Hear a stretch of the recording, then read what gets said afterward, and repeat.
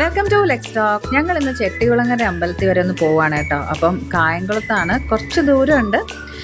ഞാനും അമ്മ, അച്ഛൻ, ഹസ്ബൻഡ്, അപ്പച്ചി എല്ലാവരും ഉണ്ട്. അപ്പം ഞങ്ങൾ 5 മണിക്ക് ഇവിടെ നിന്ന് ഇറങ്ങി. ഇടയ്ക്ക് ചായ കുടിക്കാൻ വേണ്ടി കയറിയതാണ് കേട്ടോ. അമ്മയ്ക്കും അപ്പച്ചിക്കും അച്ഛനും ഒക്കെ ചായ കുടിക്കണമെന്ന് പറഞ്ഞിട്ട് കയറിയതാണ്. എന്തൊരു ട്രാഫിക് ആയിരുന്നു എന്നറിയോ. മഴയും ട്രാഫിക്കും. റോഡ് പണി 2026 തീരുമെന്ന് പറഞ്ഞ റോഡ് പണിയാണ്. നിങ്ങൾ കണ്ടോ ഈ റോഡ്? ഇതെന്ന് തീരാനാണ്? ഇനി ഒരു 2 വർഷത്തിൽ കൂടുതൽ എടുക്കുമെന്ന് തോന്നുന്നു ഇത് തീരാൻ. ട്രിവാൻഡ്രം പോകുന്ന സൈഡിലോട്ടും അതെ, ഇപ്പോഴും റോഡ് പണി തീർന്നിട്ടില്ല. എത്ര നാളായി ഇങ്ങനെ കിടക്കുന്നു.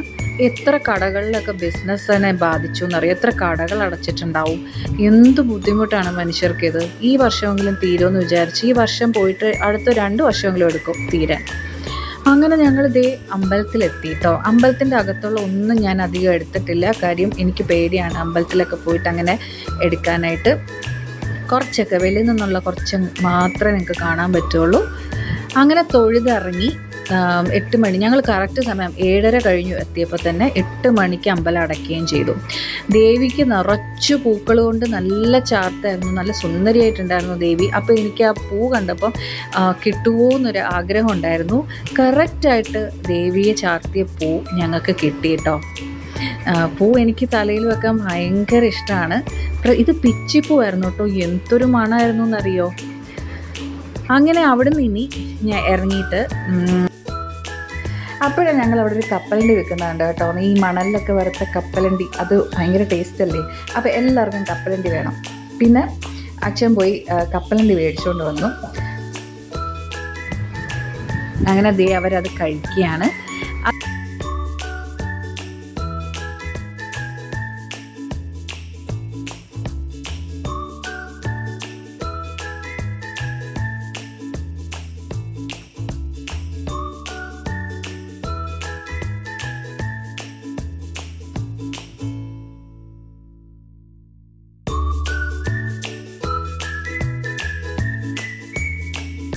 അവിടുന്ന് ഞങ്ങൾ നേരെ പോയത് എൻ്റെ അപ്പച്ചിയുടെ മോളുടെ വീട്ടിലാണ്.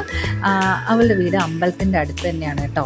അപ്പം ഞങ്ങൾ വരുമെന്ന് നേരത്തെ പറഞ്ഞിട്ടുണ്ട്. ഇത് അവരുടെ വീട്ടിലോട്ട് പോകുന്ന വഴിയാണ്. നല്ല മഴയാണ് കേട്ടോ അവിടെ ചെന്ന്.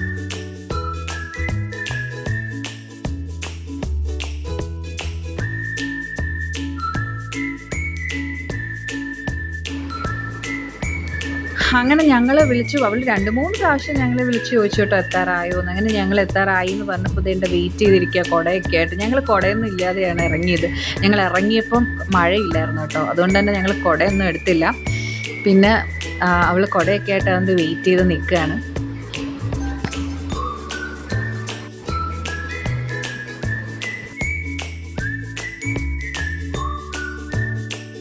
ഇത് ഇവിടുത്തെ മോള് വരച്ചതാണ് കേട്ടോ. ശ്രേയക്കുട്ടി വരച്ചതാണ് ഇതൊക്കെ. അവൾ ഭയങ്കര കലാകാരിയാണ്. ഇത് മാത്രമല്ല കുറേ സാധനങ്ങളുണ്ട്. ഞാൻ വന്നപ്പോൾ തൊട്ട് 2 പേരും എന്നെ ഓരോന്നൊക്കെ എടുത്ത് കാണിക്കുക. അവരുടെ പുതിയ ബുക്കും സ്കൂളിൽ കൊണ്ടുപോകാൻ മേടിച്ച സാധനങ്ങളൊക്കെ കാണിക്കുന്നുണ്ട്. പിന്നെ അത് ഈ ആന ശ്രേയ ഉണ്ടാക്കിയതാണ്.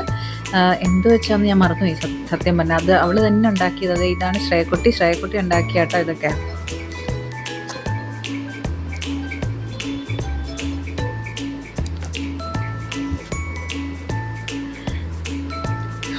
എന്നെ പേടിപ്പിക്കാൻ കൊണ്ടുവന്നതാണ് കേട്ടോ.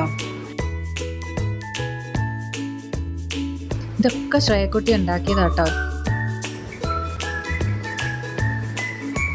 പിന്നെ ഞങ്ങളെല്ലാവരും കൂടെ വർത്തമാനം പറഞ്ഞുകൊണ്ടിരിക്കുകയാണ്. അത് കഴിഞ്ഞ് ഫുഡ് എന്ന് പറഞ്ഞു കഴിഞ്ഞാൽ ഇവിടെ വന്നു കഴിഞ്ഞാൽ പണ്ട് ഇങ്ങനെയാണ് ഫുഡ്. ഒരു രക്ഷയില്ലാത്ത ഫുഡാണ് കേട്ടോ.